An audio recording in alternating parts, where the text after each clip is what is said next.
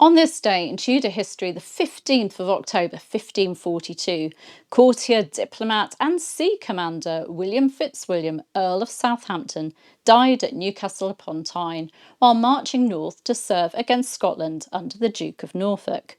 He seems to have been buried there, an unceremonious end on the road for a man who'd spent 3 decades at the very centre of Henry VIII's world. I'm historian and author Claire Ridgway, and today I want to trace the life of a king's boyhood companion who grew into one of his most trusted and most useful servants. Southampton was born in around 1490, the third son of Sir Thomas Fitzwilliam and Lucy Neville, daughter of the Marquis of Montague. Fortune favoured him early. When he was about 10, thanks to the influence of his stepfather, Sir Anthony Browne, Henry VII's standard-bearer and constable of Calais, the young William was placed in the household of Prince Henry. He grew up beside the future king, educated with him, learning the arts of the tilt-yard and the habits of a court that would soon be his workplace. War tested him early. In 1512, he sailed with Thomas Grey, Marquis of Dorset, to Guienne, then followed Sir Edward Howard in a fraught naval strike on Brest. Howard was killed and Fitzwilliam took a crossbow wound. But he was back on his feet quickly enough to lead a campaign of the King's Guard and to be knighted at Tournai. That same autumn, he married Mabel Clifford, with Henry VIII himself attending. The 1520s made him indispensable. As Vice Admiral under the Earl of Surrey, Fitzwilliam helped organise Henry's convoy to the glittering Field of Cloth of Gold in 1520, then attended the king at Gravelines for meetings with Emperor Charles V. In 1521, he became resident ambassador in France, recalled the following year through bouts of ill health that dogged him off and on. Back in England, he threw himself into preparing ships at Portsmouth for war with France, before joining Surrey in burning French towns. The following year, his fleet were victorious against the Scottish and French off the coast of Boleyn. Calais became almost a second home to him. Joint Master of the Ordnance there in 1522, Captain of Guienne in 1523, and later Lieutenant of Calais Castle. At court, his rise was steady.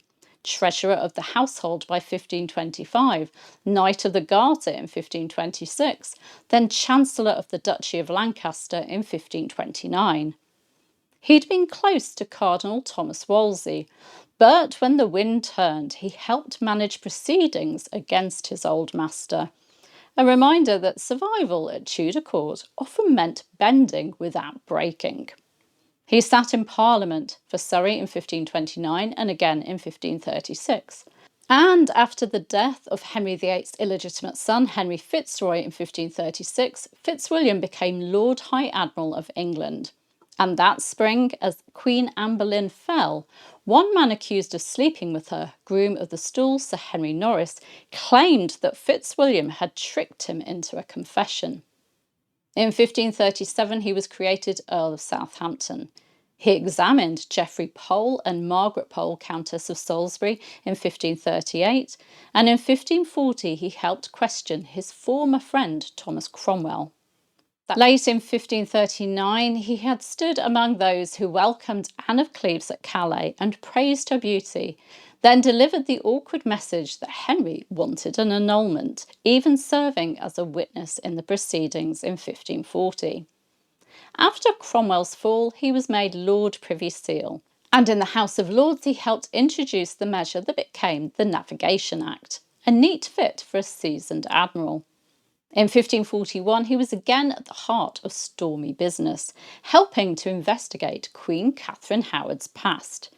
And in 1542, he was still useful, still tireless. He set out for the northern border to serve as admiral against the Scots, only to die at Newcastle on the 15th of October. With no surviving children, his earldom became extinct. So who was William Fitzwilliam? A boyhood companion who matured into the king's all-purpose fixer?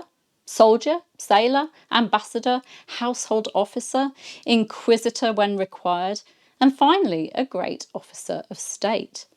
He wasn't a headline figure, but he turns up at every key moment. Naval build-up, border campaigns, royal marriages and annulments, and ministerial rises and falls. If you enjoyed this on this day, then please do like, subscribe and ring the bell for more daily Tudor history. And if you want even more Tudor history, then do consider becoming one of my channel members on YouTube. I'll see you tomorrow. Bye bye.